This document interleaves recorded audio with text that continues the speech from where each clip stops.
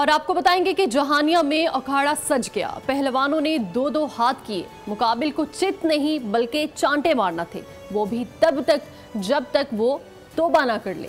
अनोखी और दिलचस्प फाइट का अहवाल जानेंगे इस रिपोर्ट में। की थाप पर गबरू रूबरू हुए और फाइट शुरू। पहलवानों ने भरपूर हाथ दिखाए, बढ़ चढ़ के वार किए।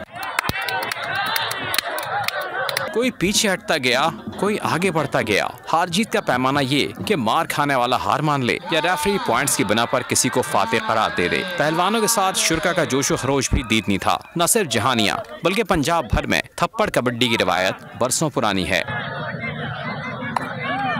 स्मार्टफोन्स भी थप्पड़ कबड्डी का क्रेज कम न कर सके। मकामी अफराद के मुताबिक ये खेल न सिर्फ जिस्मानी बल्कि जहनी सेहत के लिए भी मुफीद है। कैमरामैन मलिक अकबर के साथ अजीम सरवर, बोल न्यूज जहानिया। सब्सक्राइब करें और बेल दबाएं ताकि कोई खबर रह न जाए।